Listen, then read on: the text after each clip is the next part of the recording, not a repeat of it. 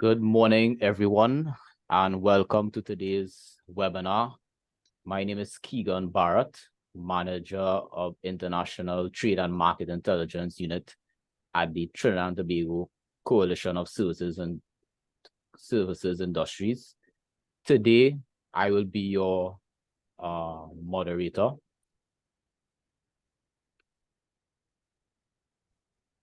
So our topic today is creating a more competitive services sector in Trinidad and Tobago. And we'll be hearing from three speakers on today's subject. First, we will hear from Ms. Diana Bissama, who will be delivering opening remarks. Welcome opening remarks on behalf of the CEO, Ms. Vashti Gayadeen, Chief Executive Officer at the Trinidad and Tobago Coalition of Services Industries. Secondly, we will then transition to Dr. Ronald Ramkissoon, Chairman of the Trinidad and Tobago Fair Trading Commission, who will speak to the work of the Commission and how it relates to the economic development of Trinidad and Tobago with specific reference to the services sector.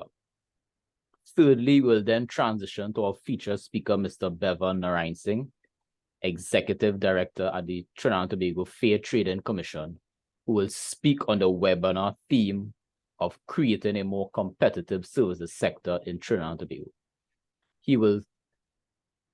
Lastly, we will then transition to the questions and answers segment and invite members of the audience to engage the featured speaker.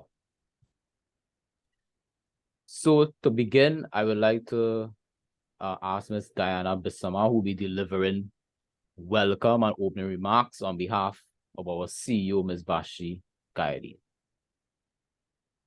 Pleasant good morning to everyone. I am Diana Bissama, Manager of Operations at the TTCSI. This morning, I will be delivering opening remarks, as Keegan indicated, on behalf of my CEO, Ms. Gayadeen. She is presently engaged in a meeting and sends her regards. So this morning, we welcome each and every one of you. Dr. Ronald Ramkissoon, Chairman of the Trinidad and Tobago Fair Trading Commission.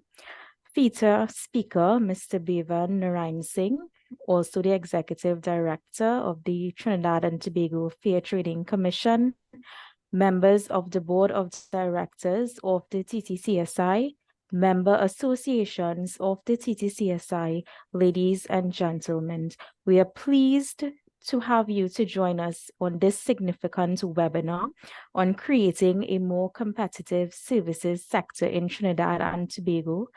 The TTCSI is delighted to be hosting this webinar in collaboration with the Fair Trading Commission.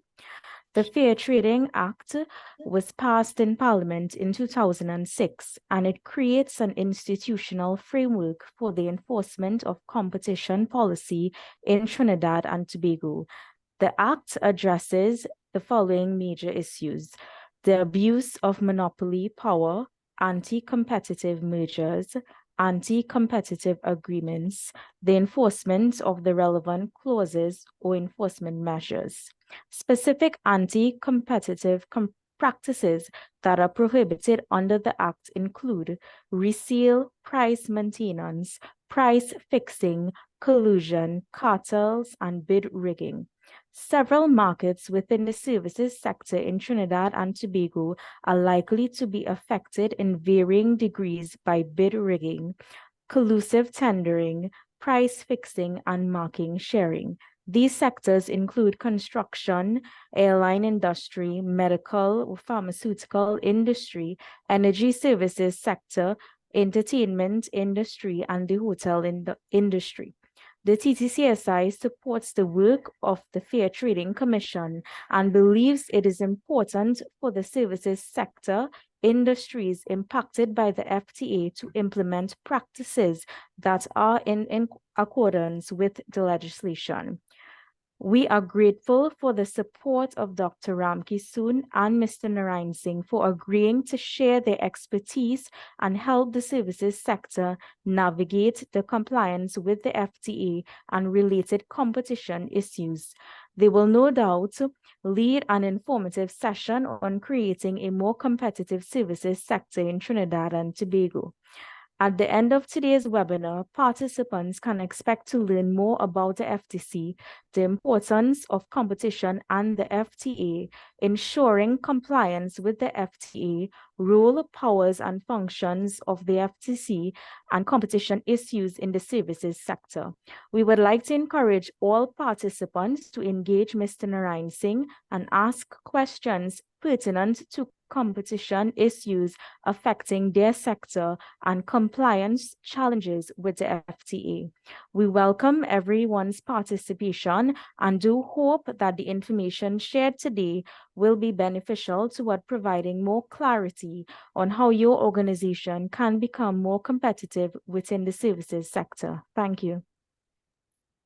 Thank you very much, Ms. Diana Bissama, for the welcome and opening remarks. So now we will transition to one of our main speakers, Dr. Ronald Ramkissoon. Dr. Ronald Ramkissoon was reappointed as the chairman of the Trinidad and Tobago Fair Trading Commission on April 7, 2021 by Her Excellency Paula May Weeks, President of the Republic of Trinidad and Tobago, having previously served as the chairman of the Trinidad and Tobago Fair Trading Commission since April 3, 2018. Dr. Ramkissoon studied economics at the University of the West Indies, where he gained his BSc, MSc, and PhD degrees. Dr. Ramkissoon retired from the Republic Bank Limited, one of the largest Caribbean commercial banks, as the bank's senior economist and manager of its economic intelligence unit.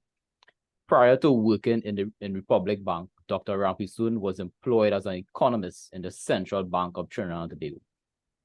Dr. Ramkissoon also served previously on several business and public sector boards and committees, including the Trinidad and Tobago Economic Development Advisory Board, the Telecommunications Authority of Trinidad and Tobago, the CARICOM Development Fund, and the Caribbean Association of Industry and Commerce. To speak on the work of the Commission and how it relates to the economic development of Trinidad and Tobago, with specific reference to the services sector, please welcome Dr. Ronald Ramkissoon. Good morning, Keegan, moderator. Good morning to Ms. Bissama, who spoke on behalf of your CEO. And special good morning to all your guests, participants, board members. I also want to say a warm and pleasant good morning to members of the board of the FTC, TTFTC, and our staff, some of whom are present with us here this morning. Thanks very much for that introduction, Mr. Barra. It is a pleasure really to be invited to share with you what we are about. That is what the Trinidad and Tobago Fair Trading Commission is about. And I will put it in first an international context, then give you a Caribbean flavor of fair trading commissions, and then a little bit about TTFTC, the Trinidad and Tobago Fair Trading Commission. Our CEO will go into the role, functions, and other aspects of our TTFTC. So, if I might begin. For several centuries, the growth of monopolies and market concentration in developed market economies gave rise at regular intervals to socio-economic upheavals such as abnormally high prices, exclusion of smaller business enterprises, and at times even political strife. One of the responses to these challenges by governments in those economies was to establish regulatory agencies to correct some of these troubling developments. Specifically, fair trading commissions or their equivalent, along with the accompanying legislation, were established. This was done in the 20th century by and large to protect consumers from the generally anti-competitive behaviors of very large firms. These mega firms in areas such as energy, rail transport, exercised tremendous power and were associated with considerable and undue price and other pressures on the population and on the growth of competing businesses as well, and indeed on the general welfare of those societies. Today, FTCs not only have a long history in the United States and in Europe, but they are to be found in most, if not all, market economies, and more recently, even in command-type economies such as China and Russia. This is largely because positive results have demonstrated that benefits do accrue to the society from the actions which are taken by FTCs. These benefits often come in the form of lower prices, more innovation, more choices for consumers, and a general improvement in the welfare of the population. In the case of Caribbean FTCs, beginning in the 90s, these can be found in Jamaica, in Barbados, in Guyana, in which some of you would have businesses, I imagine. There also exists the CARICOM Competition Commission, which was established in 2008 under the revised Treaty of Chaguaramas. Our FTC, Trinidad and Tobago's FTC, was formally established in 2014. But as you heard Ms. Bissama mention, the Act itself was passed in 2006. As is to be expected in this country, as in the rest of the Caribbean, our businesses, services, and commodity-based grew out of the colonial period and have operated relatively free with no fair trading regulation, except where there are specific sector regulators, such as the Telecoms Authority of Trinidad and Tobago, which oversees the telecom sector, and the Central Bank of Trinidad and Tobago, which oversees the banking and insurance sectors. It would not be surprising, therefore, to find that some of our businesses may have developed certain behaviors which can be considered inconsistent with a more competitive trading environment. It is in this context that the TTFTC sees it fit to educate and advocate for a fairer and more competitive business environment, as is done elsewhere in the world. Consequently, we are extremely grateful for this opportunity to dialogue with you on this topic today. While the role and function of the TTFTC, among other things, will be presented and discussed shortly by our Executive Director, this might be an opportune time to encourage professional service associations and organizations to consider and ensure that you are not behaving in a manner that is considered unfair and contrary to the Fair Trading Act. For example, I would ask, are any of your members preventing the entry of new professionals who meet all reasonable qualifications for membership?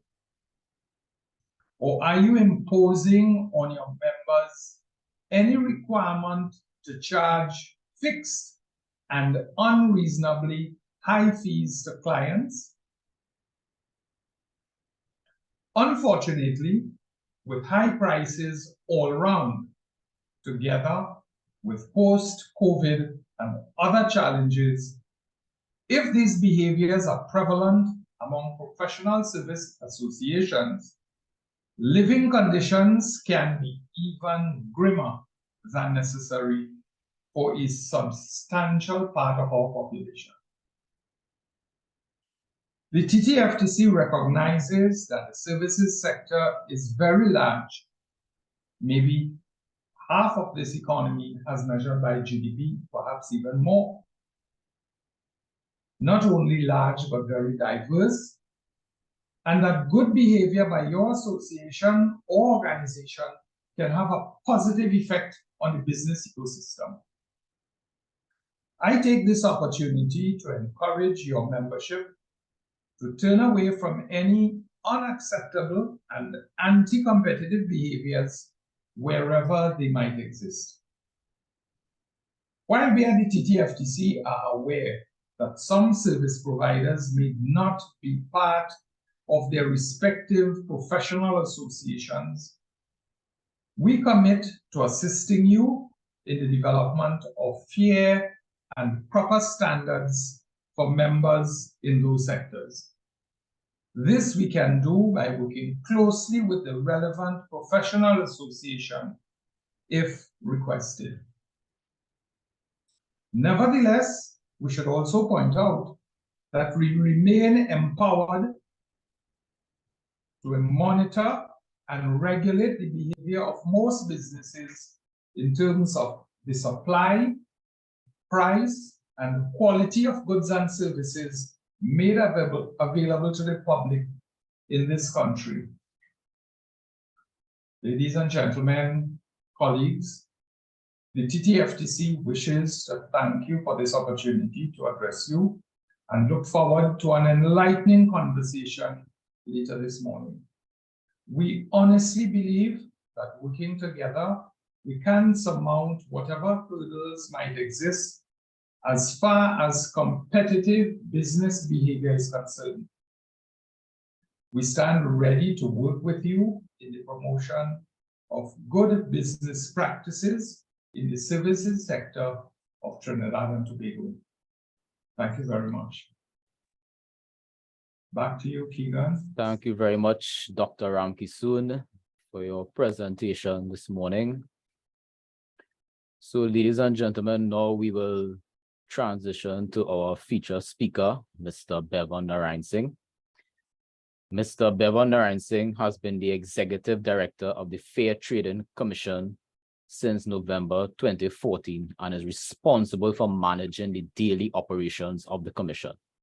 Before taking up this position, Mr. Narinesingh worked as a senior legal officer in the CARICOM Secretariat, where he was responsible for a multitude of areas, including competition policy, international trade, procurement, and regional governance issues.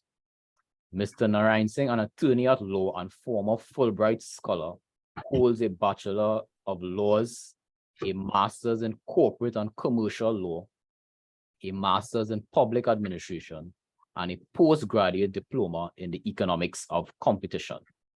He is also a certified project management professional and in his spare time lectures at the Institute of International Relations, University of the West Indies. To speak on the webinar theme of creating a more competitive services sector in Trinidad and Tobago, please welcome Mr. Bevan Narinesingh.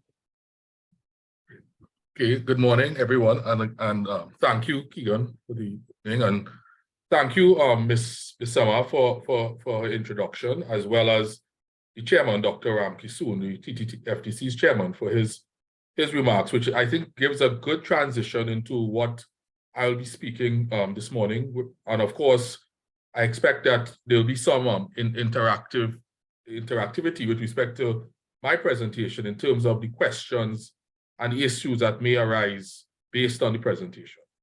So this presentation, I'll be doing it through a PowerPoint presentation. I'm going to try to share the screen now. Okay, sharing. All in order now, and let me sharing now, and let me see now how I can. So let me just make sure. Design slideshow from the beginning. So is everyone seeing the slides, right? The presentation? Yes. Okay, great, fantastic. So as indicated, the topic of my presentation is creating a more competitive services sector in Trinidad and Tobago. Right, so the agenda would be, I guess I would be, given what the chairman would have spoken about and also what Ms. Bissema would have spoken about, some of the early slides, I would just try to reiterate what was said and don't necessarily go into detail. However, I will want to, in some of the other slides, as you would see, go into specific detail in terms of the work of the commission and of course, mention the relevant competition issues that affects services sector and in Trinidad and Tobago. And I will also be doing, of course, a call to action, which I think is very key. And I think that is something that participants should bear in mind, the call to action, because this really relates to you interacting with us to really take into consideration how to be in compliance with this important piece of legislation, the Fair Trading Act. And by implication, this means recognizing the work of the Fair Trading Commission. So about us. Well, basically, as Chairman would have indicated, we are an independent statutory agency, and we were established pursuant to legislation that was first passed in 2006, but only really fully proclaimed in 2020. However, over the years, the legislation was partly proclaimed, and this enabled the establishment of the Fair Trading Commission in 2014. And clearly, our objectives, which are derived purely from the legislation, is to promote, protect, and maintain competition in Trinidad and Tobago. And we do this in a variety of ways. And it has to be clear that we don't only do it in terms of investigations and enforcement. We also do it, carry out our functions as through advocacy, where we come out and we speak about the work of the commission, the importance of competition, and the need to comply with the legislation. And we also do a lot of work in terms of public education, where we diffuse and publish information about the work of the commission as it may be, as it relates to the legislation. But however, obviously, the main work of the commission, as any regulatory agency in terms of the public eye, would be obviously investigating and receiving complaints about anti-competitive activity, and hopefully taking some type of action that leads to a lessening of anti-competitive activity in Trinidad and Tobago. Just to reiterate, we are one of more than 130 competition agencies that are presently existing in the world. In the Caribbean region, the CARICOM region, there are competition agencies right now in Guyana, in Barbados, and in Jamaica, as well as the CARICOM Competition Commission, and we are one of the four. However, there are steps are being taken to have additional competition agencies in other jurisdictions, namely Belize, Suriname, and as well as the OECS right now. Just to also reiterate that although we have very close arrangements with our sister agencies, we only investigate and receive complaints with respect to activities that take place in Trinidad and Tobago. So what do we mean by competition? Now, there's various definitions of competition, but at least for the purpose of this presentation, I would want you to look closely at the definition as it relates to what is set out by the Organization for Economic Cooperation and Development, OECD. Competition relates to a situation in which firms or sellers independently strive for buyers' patronage in order to attain a particular business objective. As you know, these objectives may not necessarily be profits at the beginning, but in most cases it's profit, obviously, but there would be other interests that they may try to pursue, which including market shares as well as sales as well. And what we mean by a competitive market. Now, this is what we are striving to achieve with respect to the Fair Trading Commission, where there would be a situation where there are many sellers or service providers who are available to provide their services and their goods to the general public. And with them trying to increase their profit, sales, or market share by offering a better combination of price, quantity, and services than the combinations offered by competitors. And persons here, I hope I'm preaching to the converted here, because persons here obviously are in business, have been in business for a number of years, and they know that in order to get sales, in order to get persons to utilize your services, it's not only a question of price, it's a question of quality as well, it's a question of service as well too. So that is what we are trying to seek in a competitive market, with there being a wide amount of options that are available to consumers.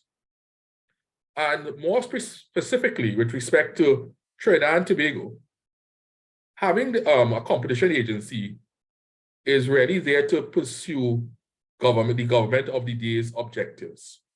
Government has many objectives. Just to mention, with respect to this present government, this government is pursuing various measures through its Vision 2030 initiative, which includes business development, trade promotion, and investment facilitation. And it is quite clear that having an effective competition agency in place can help further these pursuits and help create an enabling environment for sustainable growth and development, with the objective, of course, being that there is better and higher quality goods and services being provided. And this has, and with respect to the work of the Fair Trading Commission, this has also been specifically identified in the Ministry of Trade and Industries trade policy, as well as various policies with respect to the Vision 2030 initiative. So in terms of the benefits of competition, now we at the FTC, of course, try to promote and encourage a competitive market. The chairman had indicated what we know can result, and the data is quite clear from all over the world, what can happen when there's effective competition and an effective competition agency. Higher quality goods and services, wider choice, more competitive prices. But what does that really mean for the persons here in terms of competition? Obviously, with competition and knowing that you have to compete to survive, to strive, it would mean you have to better understand your market. It means that you would need to offer goods and services that are better than the options that your competitors are offering. It also means that you may not be offering certain goods and services if the market doesn't demand it. So this means that there's also greater incentive to produce higher quality goods and services, to also offer more greater efficiency and lower prices. And it also encourages you to invest to increase your efficiency, your cost savings, which could be in many occasions passed on to consumers. And of course, innovation. This is something that we try to encourage. And of course, with more competition, it can lead to more innovation and higher quality goods and services. It also encourages new varieties of products and services because you are more in tune with the market. And when a market lacks competition, there are indeed very serious consequences with respect to that in terms of lower consumer welfare, fewer choices, and really an inefficient market, lower consumer welfare. So that is one of the reasons why, of course, there are agencies such as the FTC in Trinidad and Tobago, because it is recognized that we need a competitive market. And of course, it goes without saying, many persons here may offer goods and services in foreign markets. And it's really important that you be very competitive. And it would be a good step to be, of course, competitive and of a global standard in your local market. And of course, that is why competition should be encouraged and facilitated. In terms of our relationships with the services sector, what I would say is that in terms of associations, the principal function of associations, as we know, is to provide services to their members. and they have very various functions in terms of having an active role in shaping the way the industry works to promote sustainable practices and promote these standards and conditions. They, of course, publish and enforce various codes of ethics, and in some cases, they even officially self-regulate their industry pursuant to legislation or a relevant policy. They also issue recommendations to the members on a variety of various areas, and they promote, represent, and protect the interests of members as lobbyists, including in areas such as legislation, regulations, and various policy matters. So it is quite clear that professional associations that make up the services sector in Trinidad and Tobago have an important function. And in that respect, we are willing to work with and cooperate with these associations. And we also cooperate, of course, with various services sectors where there aren't any general professional association as well. Because the idea is to have a very competitive sector where there is the right of entry for entities that meet certain standards with respect to that sector, and also that there's proper dealings with consumers as well too. So with respect to our relationship with the services sector, well, today is one, of course, one example of that. We are, and glad to do so, make a presentation to share with the stakeholders in the TTCSI information about the work of the Commission. However, we also have specific sessions that we do hold with stakeholders. We have had in the past stakeholder sessions with the Shipping Association of Trinidad and Tobago, as well as the Energy Chamber of Trinidad and Tobago, where we dealt with specifically entities in the upstream market, where we would have covered the relevant competition issues in that area of the energy sector. We have also had sessions with the Trinidad and Tobago Bureau of Standards because of the need to, of course, establish proper and competitive standards in the relevant industry. And we've also had, throughout our existence, various sessions with the various local chambers of commerce in Trinidad and Tobago, specifically AmCham, the Trinidad and Tobago Chamber of Commerce, and even specific chambers as well, because we've had sessions where we have dealt with them and mentioned relevant issues. We have also had dealings, which is through the Law Reform Commission, where we have worked with the Law Reform Commission in its work to establish proper standards for instance, the funeral homes industry sector, as well as the bailiffs sector in Trinidad and Tobago as well too. So we have that interaction with them as well. As you may know, one of the major functions of the Commission is to deal with merger applications. And this has led to us having to deal with merger applications and review merger applications from parties in various sectors, including the energy and energy services industry. We've had a few merger applications from that sector. We've also dealt with the real estate and commercial property sector as well as the construction sector, where, of course, we have been receiving applications for mergers between entities in the sector. And why I mention this as well, too, is that because we have had these sessions, we just don't have these sessions off the whim of, obviously. When we have these sessions entail very detailed work on behalf of the work of the FTC, the staff of the FTC. And this gives us a very good understanding of how these specific sectors work and operate. And of course, when we have to deal with mergers, the idea is really to determine whether this particular merger application, if approved, would have a substantially negative effect on competition. So it gives you an idea that we have to have a very interactive and close relationship with the services sector in terms of our interactions and also in terms of our own research. So generally, we do liaise with stakeholders in the services sector in a variety of manners, in a variety of fashions. Representatives, of course, can engage us in the capacity of a complainant. For instance, if they believe, as Chairman was saying in his statement, in his remarks, if they believe that because of the activities of any entity in the particular sector that is hindering their entering the sector or succeeding in the sector. Of course, it could be at the other side of the fence, where a services entity could be the subject of an investigation. So that is a next way.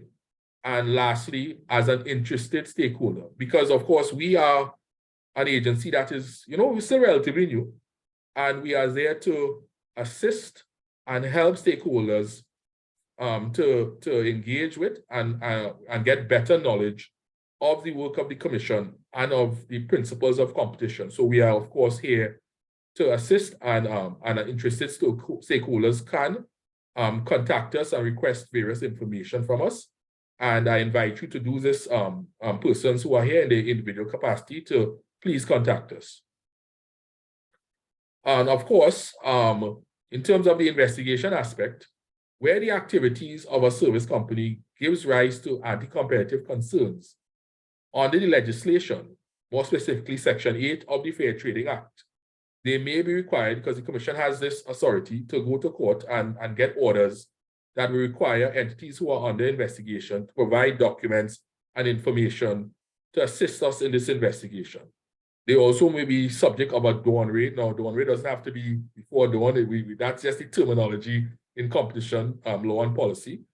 So where the officials from the FTC, together with assistance from the various protective services in terms of helping to monitor that everything is in order, we can go into premises and seize documents to assist us in our investigation. And it also means that staff, of course, could be summoned and examined on oath. All of this, of course, to assist in the investigatory process. In terms of possible sectors that could be impacted on the work of the Commission. Now, Ms. Bissema, in her remarks, did mention these specific sectors. Now, these are just, we have indicated those, but of course there would be other sectors where this could, which could be investigated and could be subject to anti-competitive activity. We have mentioned these sectors specifically because we as a Commission, of course, have to devote our attention to sectors that have a very, a major impact, a close impact on the consumers in Trinidad and Tobago. We are very cognizant of that. If persons look on our website or even our social media pages, they would notice that we have done a number of releases on issues of topical significance. And of course, these would be some of the industries where we would expect that there may be requests for more information to at least ensure that these sectors, of course, remain competitive and, of course, take into account the interests of consumers as well as market players. So these are the sectors that we have initially indicated. And of course, this is also guided by the merger applications that we have received as well too, and the sectors that have been involved in these applications. So as I said, construction, this could take many ways in terms of bid rigging in the sector, in terms of collusion, in terms of medical, pharmaceutical, and health. Of course, we have to ensure that pharmaceuticals are available to consumers at very competitive prices. Well, food and beverage, we know the issues that we are facing now in Trinidad and Tobago, and we have had to engage with various industry players to ensure that the prices that are being charged or being to consumers in the sector reflect global factors or local factors that do not relate to any anti-competitive activity. And so rest assured that we do reach out to entities to explain the reasons why this is the situation, and we also closely monitor these sectors as well. So, and these will be some of the other sectors: energy services, motor vehicle, entertainment, hotel, and transport, because we recognize, of course, the importance of these sectors to the consumer and to Trinidad and Tobago as a whole. So, as we move now to specifically to the provisions of the Fair Trading Act. Fair trading, and Ms. Bissema would have mentioned that as well too, but this legislation creates an institutional framework for the enforcement of competition policy. In other words, Without the legislation, you couldn't take action against any of these practices under any general law. There may be specific laws that somehow cover some of these issues, but these issues would not have been able to be dealt with until the Fair Trading Act was fully proclaimed in February of 2020. So the legislation deals with anti-competitive agreements such as collusion, cartel type behavior, any type of behavior that relates to agreements of fixed prices and whatnot, and share markets, with the result being, anti-competitive activity with consumers being harmed. We also deal with the issue of abuse of monopoly power. It's called dominant position in other legislation. We investigate entities that are accused of abusing their monopoly power when these entities possess at least 40% of a market. They control at least 40% of a market. We're also concerned with anti-competitive mergers. So under the legislation, if any merger involves at least two entities, at least one of whom does or intends to do business in Trinidad and Tobago, and their assets in total exceed 50 million Trinidad and Tobago dollars, it requires that the approval of the commission be received. And it is a process. We do have merger guidelines to assist us in that respect as well too. And as I said before, the issue is ready to determine whether this particular activity, merger activity, if approved, can or would result in substantially lessening competition in Trinidad and Tobago. So let me get next slide. Right. So just to also mention that this legislation is of general application. There are, however, certain sectors and certain areas where the Act does not apply to. And I will briefly mention some of them and the reasons why. The securities industry, because of course there is a Securities Exchange Commission, the Trinidad and Tobago Securities Exchange Commission that regulates that sector.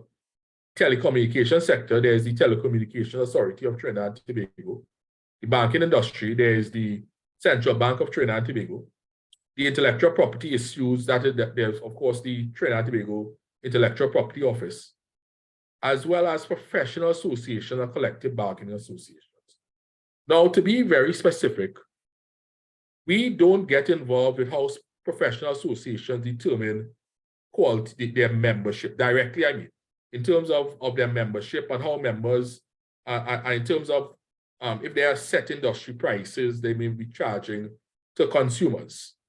We do, however, work with these associations as a part of our general role in this area to assist in developing these standards. So that's where we come into many professional associations who would comprise the TTCSI. However, when there are members of the association that are colluding together in terms of price fixing and price setting, and in terms of sharing markets, in terms of how they deal with consumers, that is where we would get involved. So it's a little technical, but we do get involved in terms of how they would interact in terms of the collusion aspects of it, or even if they intend to merge.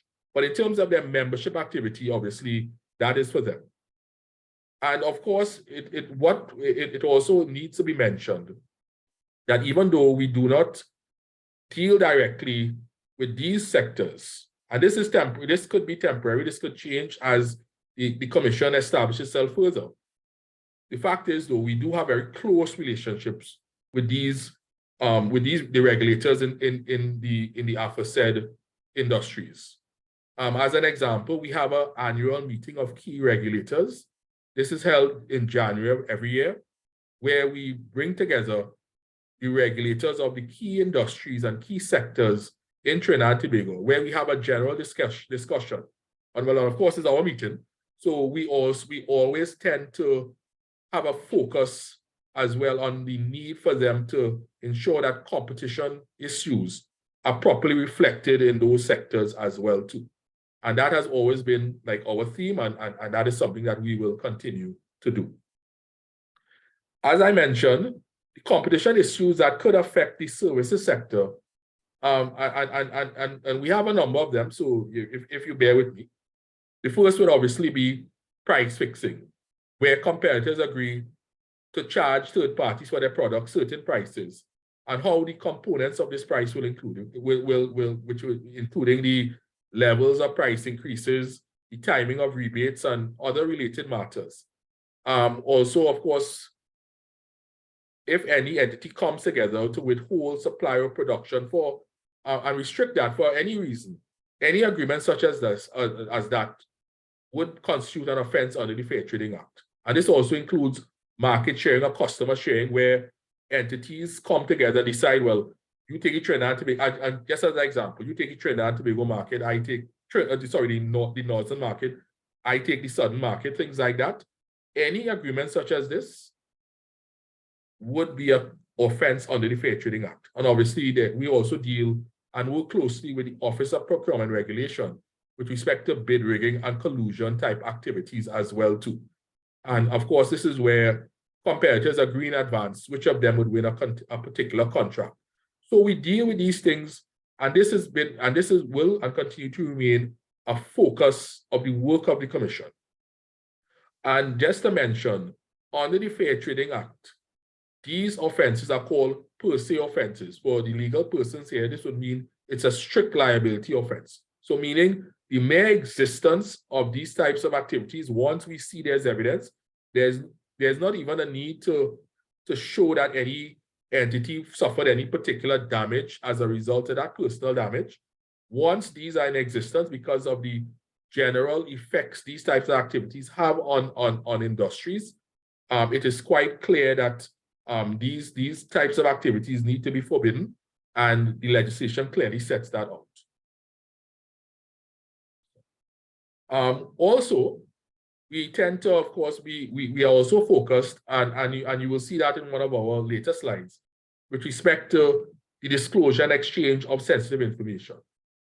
These types of things obviously happens a lot during association meetings where there's a lot of confidentiality, where in these types of settings where there is sharing of information. Of course, it is not allowed to share these types, disclosing and exchanging this type of information, because this could be a form of coordination, which would constitute an offense under the Fair Trading Act. Again, we are, of course, concerned with cartels, and this would be formal agreements where competitors in the same market agree to share markets, rig bids, or limit production or supply. We also, as I said, very concerned with anti-competitive mergers. That's in our merger review. That's how we would be assessing whether the merger, if approved, would be anti-competitive. And of course, we're also concerned with any coordinated measures that are intended to eliminate competitors. So we closely follow market trends and developments as a part of the work of the Commission. So given some of the things that I have mentioned, it is of course very important that there be compliance with the provisions of the Fair Trading Act. We do offer services with respect to that once requested to assist entities in ensuring that they're in compliance with the legislation. And these would be some of the things that we would also, we would recommend, that prices be set independently.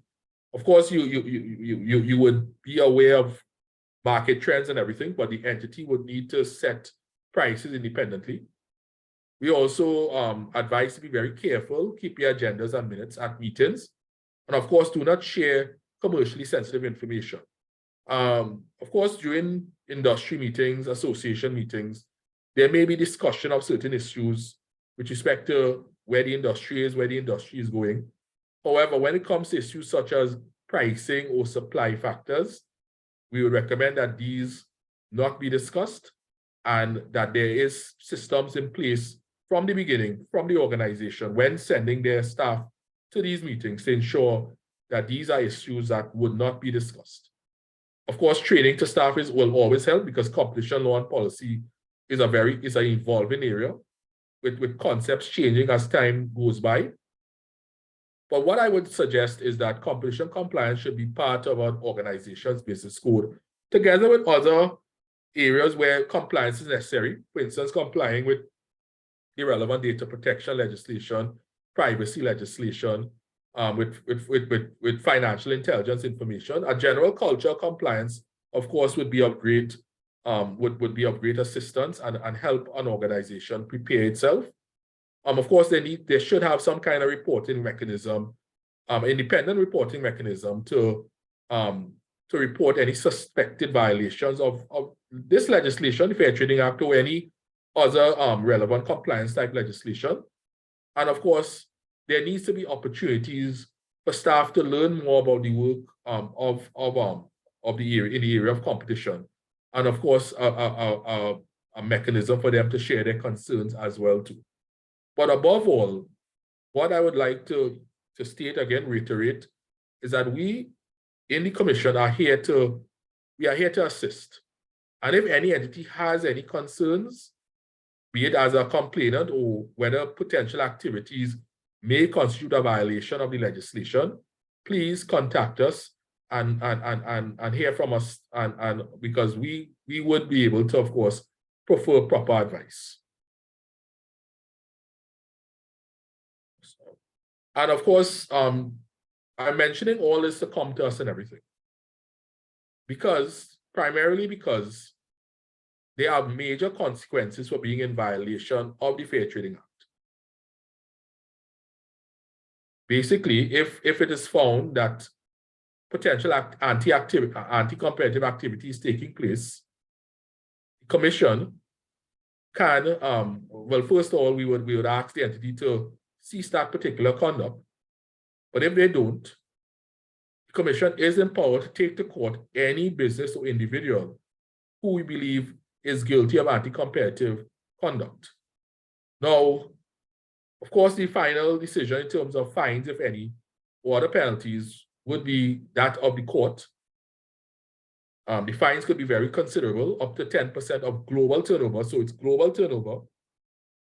But more importantly, I think, and this has been clear from various cases all over the world, the focus has been on many occasions to settle these matters, because a lot of entities do not want to go through the hassle of investigations and loss of management time, and of course the reputational damage that is caused if indeed an entity is found to be guilty of being in violation of the Fair Trading Act. And that is something that I would want to recommend to persons who are here to ensure compliance, not only because of the fear of the fines, but also the reputational damage, especially very early on, because that, of course, would have a deleterious effect on your future activity and your future conduct in the various markets, if indeed you are found to be guilty of anti-competitive activity.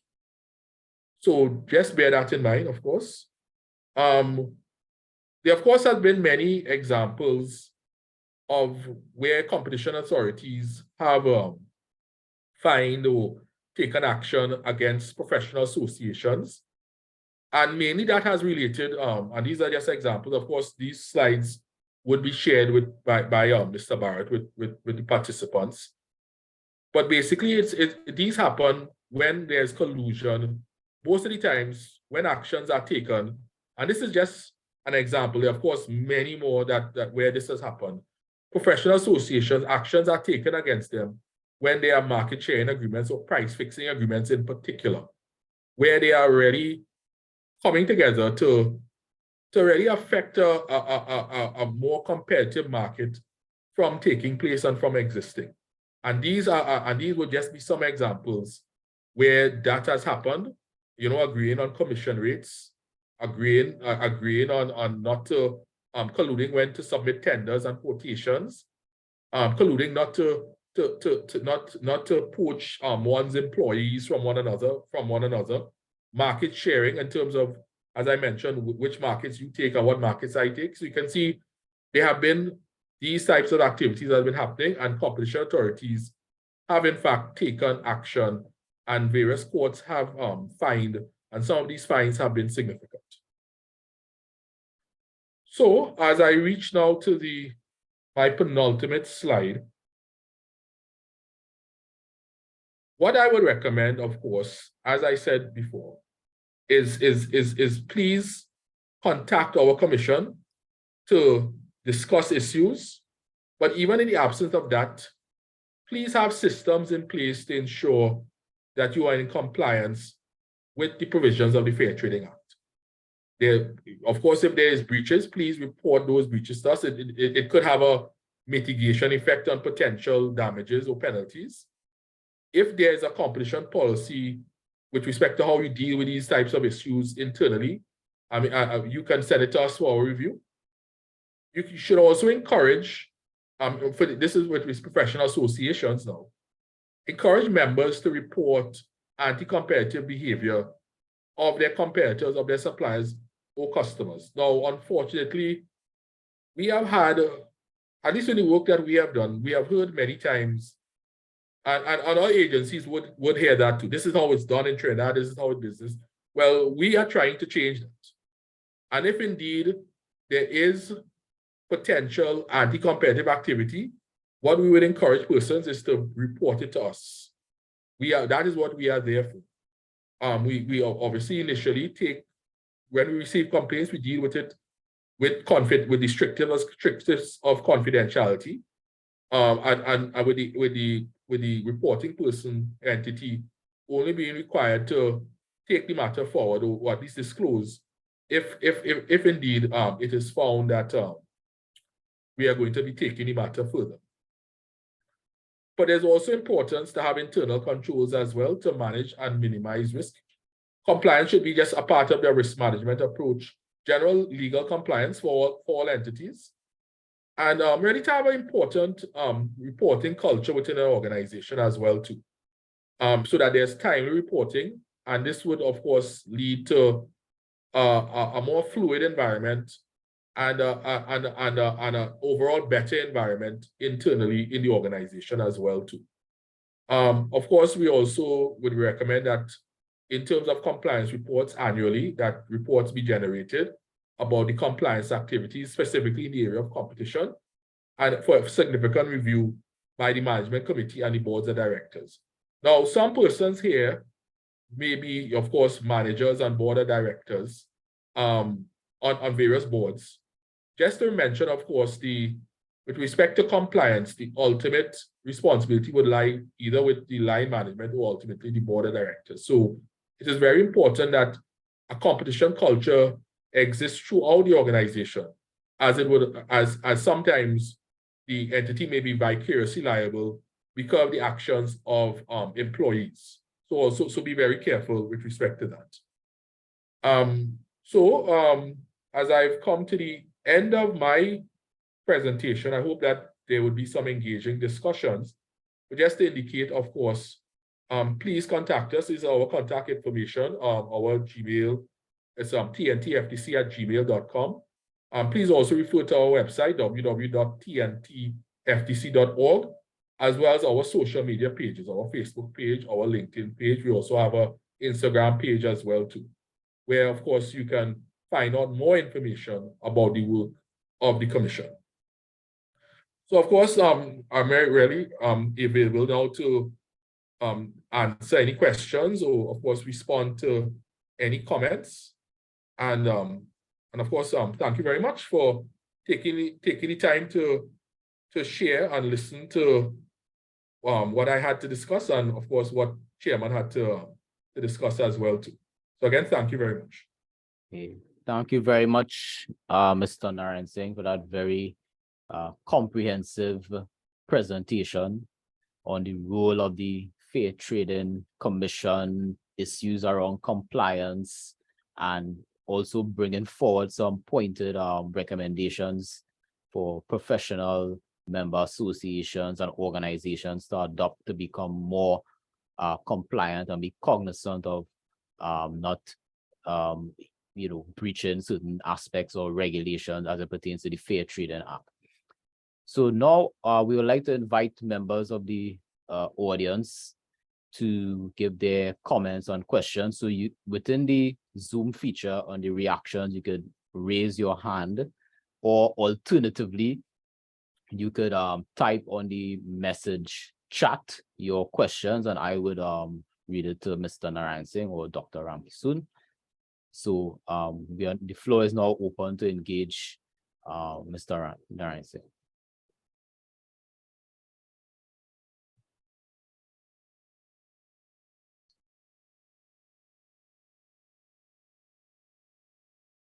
So we have Mr. Anthony Roston, so you could proceed.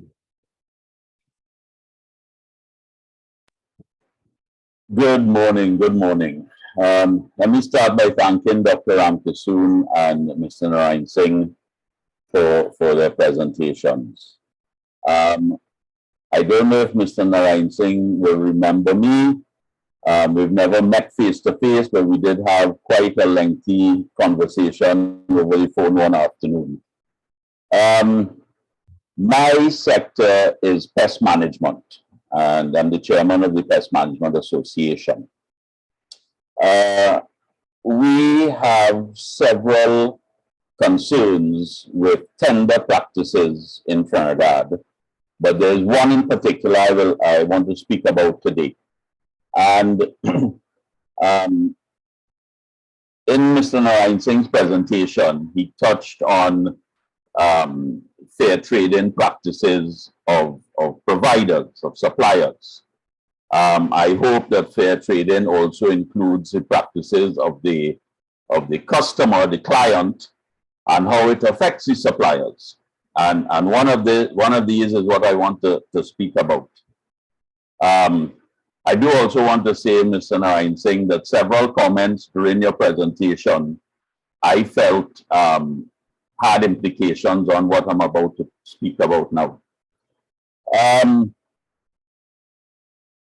This might seem to some as a very insignificant point in the grand scheme of things, but to us it is important. A common practice in tender processes here in Trinidad is where, after conducting a site inspection, any questions or anything that the tenderer would like to ask of the client insists, and this goes on both with private companies, private organizations, and with state entities. They insist that the tenderer's question has to be disseminated to all the other parties that are tendering in the process, and the answer as well. Now, here's the problem. When 5, 6, 10 companies go on a site inspection and individuals make observations that they may want clarification on and they do not want to give away their competitive advantage to their colleagues.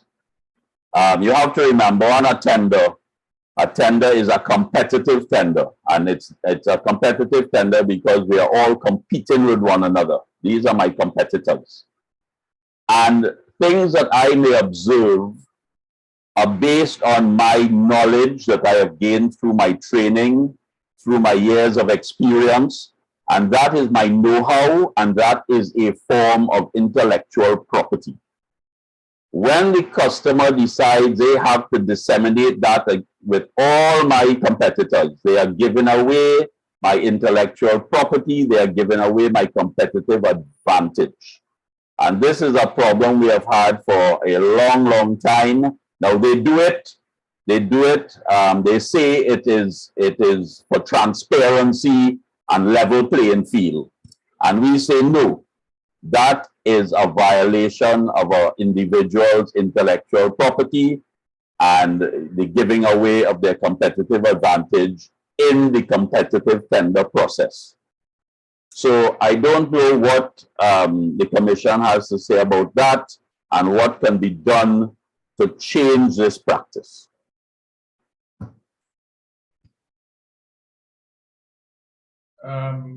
Mr. Rosta,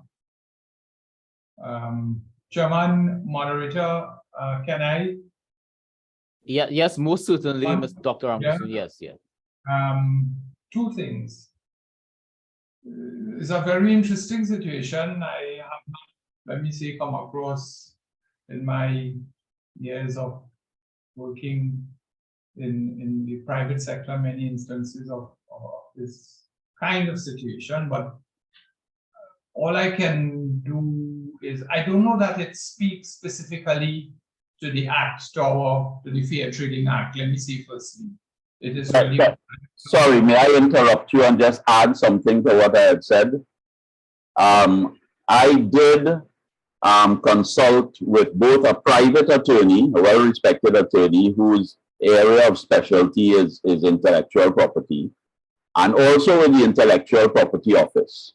And both said that it seemed that my interpretation was correct. It was a violation of one's intellectual property, the know-how.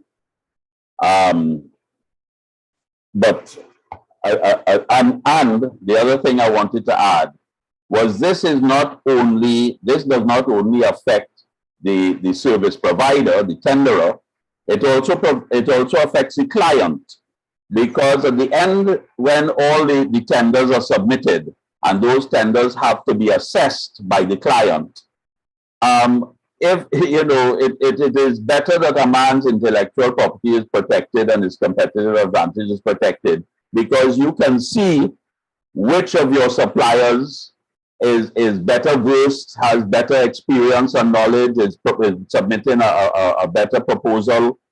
So it's to everyone's advantage. Yeah, so Mr. Rostam, what I was about to say was to make, if you like, two suggestions. One speaks to that last point you made there. The consumer, the client, if he or she asks of the supplier for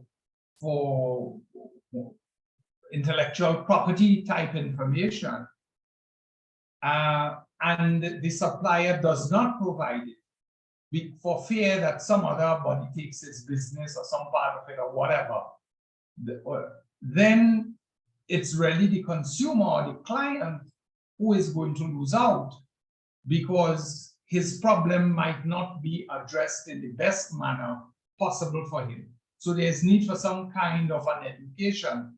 Listen, guy, what you are doing is in effect hurting yourself by demanding, because what the supplier could choose to do is to not take part in that particular tender. And therefore the client loses out on what might be the best solution for his problem. So I think that, how do you deal with that? I think one way is through education. Listen, what you're asking for there, some people, I'm not going to provide it, and you stand to lose as the consumer of that service. In respect from the supplier side, from the business who is supplying the best service side, I guess you want to be as strategic, if I might use that word, as possible in the way in which you make your recommendation, your suggestion in your tender. You might want to develop, I don't know, a particular skill in presenting, which maybe your lawyers can help you with, such that what you say is not easily interpreted and cannot, in other words, your intellectual property cannot be easily stolen. Apart from that, I don't know that I can be of any further help. I will suggest that you continue the conversation with the IPO, the International Property Office, and they might be able to guide you. Well, unfortunately, these are practices that have been going on for decades.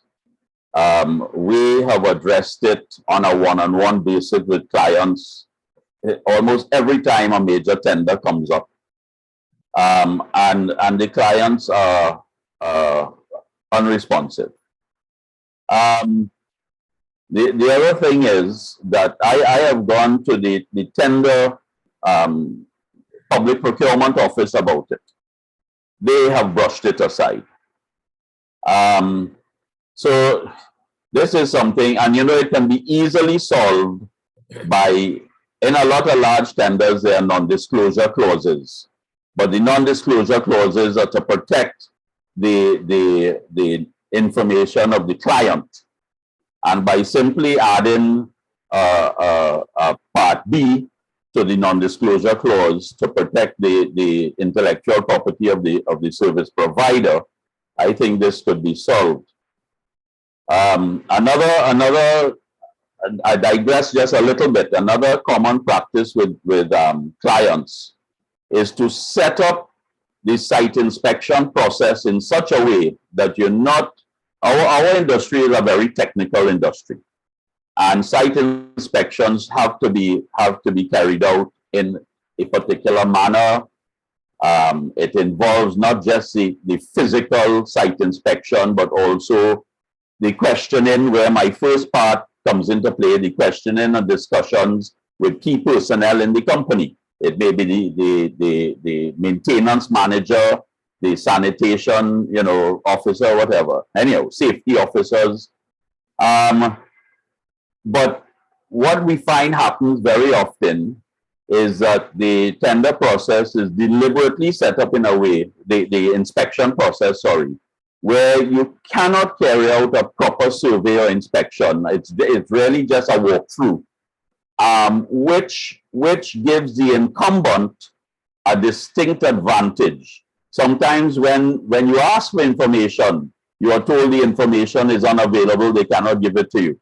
And this gives the incumbent a distinct advantage, and it's really, the process then becomes obvious that it's for optics, because they already know they're giving it back to the incumbent, but they have to go through the, you know, the acceptable process of having multiple tenders. So there are practices out there that are non-competitive, that affect the suppliers and not just the customers, the clients. Okay, thank you very much, Mr. Roston. So we have another question coming in from Ms. Shampa Philip via the chat mechanism. How do companies deal with clients who subcontract work, ask for all your information, and then use this to become your competitor? So I'm not sure if Mr. Narinesingh or Dr. Ramkissoon want to address. Well, if you permit me, Keegan, I just want to address some of the first issues, the initial issues raised by Mr. Rostan. Yeah. Basically, what I would suggest as well, Mr. Rostan, is that it might be a good opportunity to contact the Office of Procurement Regulation about these issues, because even if you're not getting it, you're not getting the response that you want from the Central Tenders Board.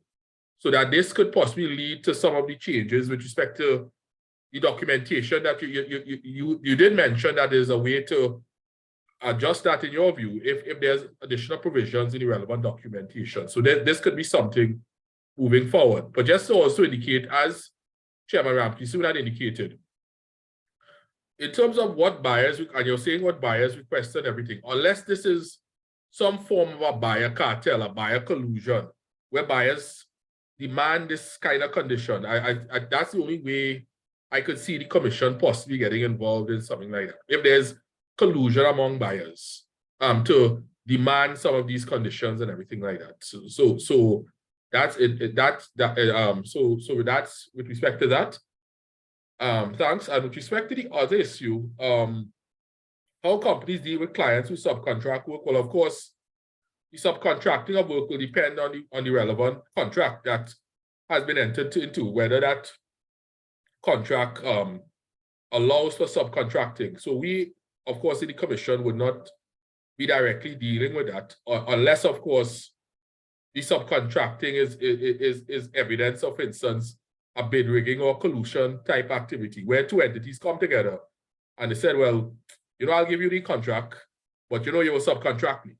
So that is how we could possibly get involved in terms of an activity such as that. But also, so there has to be a clear line of connection between that that subcontracting and any previous or initial agreement by the entity that is being subcontracted, not to bid for the particular contract or to submit a bid that would not have found favor.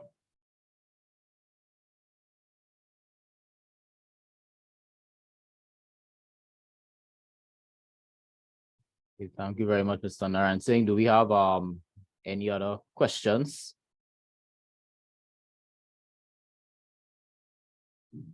Or comments? If no one is speaking, I just want to reply to Mr. Narinesingh.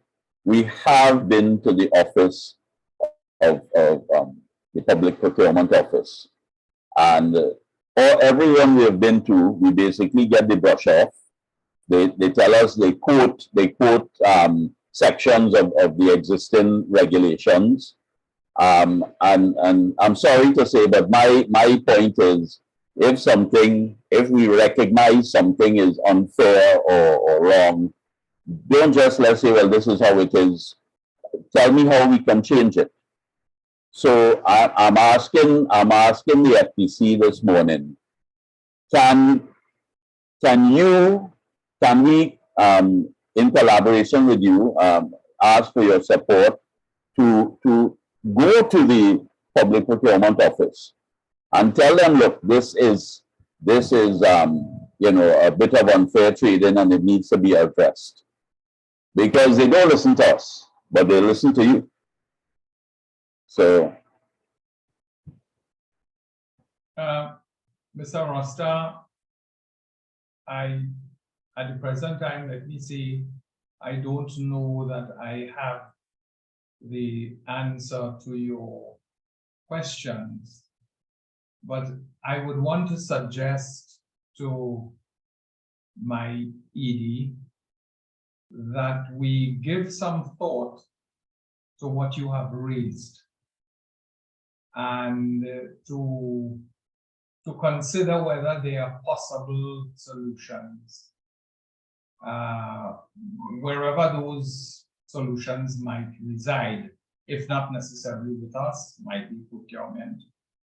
And if we can make some suggestion to relevant bodies, we could then consider moving forward or making those suggestions. In fact, I want to make the general comment that we see partly as our responsibility that if we can improve the business environment in whatever way, there might be things that we cannot do under the Act, but that we might be aware that other agencies might be able to do. We are quite open to making recommendations, suggestions, as the case might be, as to how these particular issues that might be hampering business can be addressed. It's a general point, and indeed I want to use that point to say to participants, to those who have taken the time to be here, to listen to what the Act is about and how we interpret things, to say that we are about good businesses, growing businesses. We are about growing good businesses.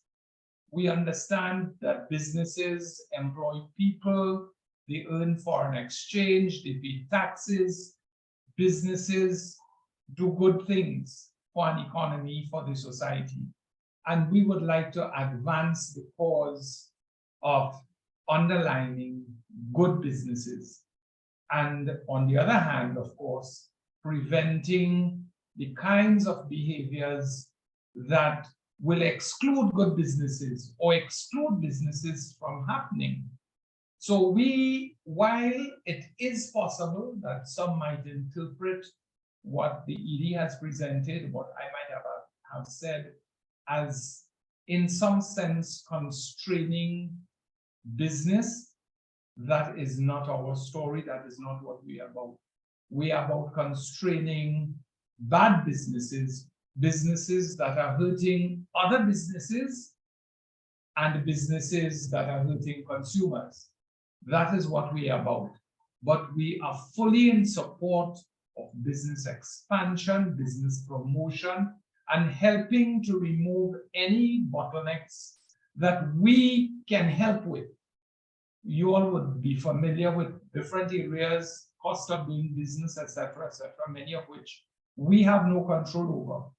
But the areas that we feel that we can intervene and we can recommend, we can suggest to the ministry, to whomsoever, we are quite prepared to serve in the context of the expansion of good business. Yes, so back to you, moderator. Thank you very much, Dr. Ramkissoon. So before I do the official vote of thanks, I just want to indicate that we have come to the end of our question and answer segment. We want to stick within the advertised time frame. I would like to ask all participants if you all could turn on your video for a short while for us to capture the participants at today's session, which will be used for marketing and documentation purposes. Keegan, So, good yeah. morning. Good morning. May I please ask a question to Dr. Ramkissoon or the other presenter? Yeah, but it'll be very quick. Yeah. It is extremely good. Yeah. Dr. Ramkissoon, and in your presentation and in the previous presentation, I don't know if I missed anything, but for fair trade, we're dealing with fair trade here. In Mexico, all tenders, all public tenders once the tenders are closed and an award is tendered, all companies who have tendered, their actual tender documents are open for everybody to see, to ensure proper, fair process. Is that part of our legislation, or is this something that we can advocate for so that we can see complete transparency? This is fair trade, so that companies who are vying for government projects, that once the tender is closed and that company has been chosen, that all tenders are open for the public view, so that we can see it. That's my question. Thank you very much, Mr. Walcott. So I ask either Mr. Narinesingh or Dr. Ramkissoon to be very curt in their response. Bevan, as much as I would possible. like you to take that, please. Yes, thank you. Well, first and foremost, that issue really rests with the procurement legislation in Trinidad and Tobago, what the specific procurement legislation states. However, the work of the commission, our work with respect to procurement, is very limited in the area of bid rigging, as well as the area of collusion for bids.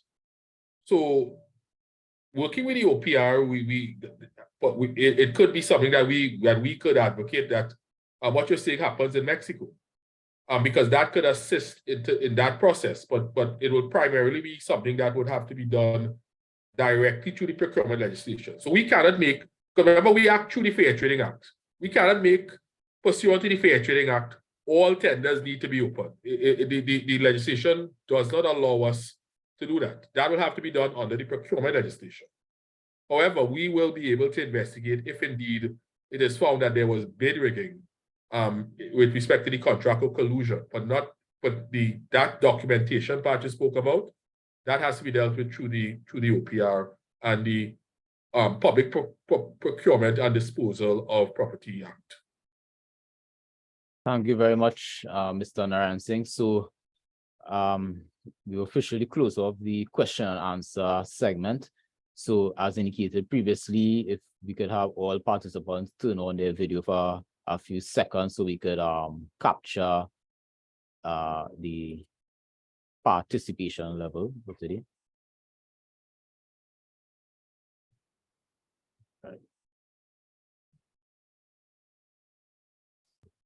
Right.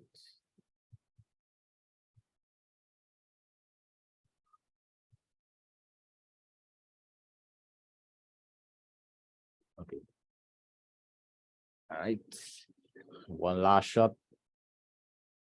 Okay. Thank you all very much. So, ladies and gentlemen, we have come to the end of today's webinar. On behalf of the Trinidad and Tobago Coalition of Services Industry, I would like to thank Dr. Ronald Ramkissoon and Mr. Bevan Narinesingh from the Trinidad and Tobago Fair Trading Commission for their excellent presentations and providing much needed information on the role of the Fair Trading Commission and issues pertaining to compliance with the Fair Trading Act. And also we would like to thank the members of the audience for giving your pointed queries and questions and engaged with Dr. Ramkissoon and with Mr. Narinesingh. And we look forward to seeing you all at more of our upcoming webinars. So stay tuned to the TTCSI social media pages, our website, etc. for more information. So thank you all very much again, and do enjoy the rest of your day. Thank you. Bye-bye. Have a great one, everybody. Thank you, gentlemen. Thank you.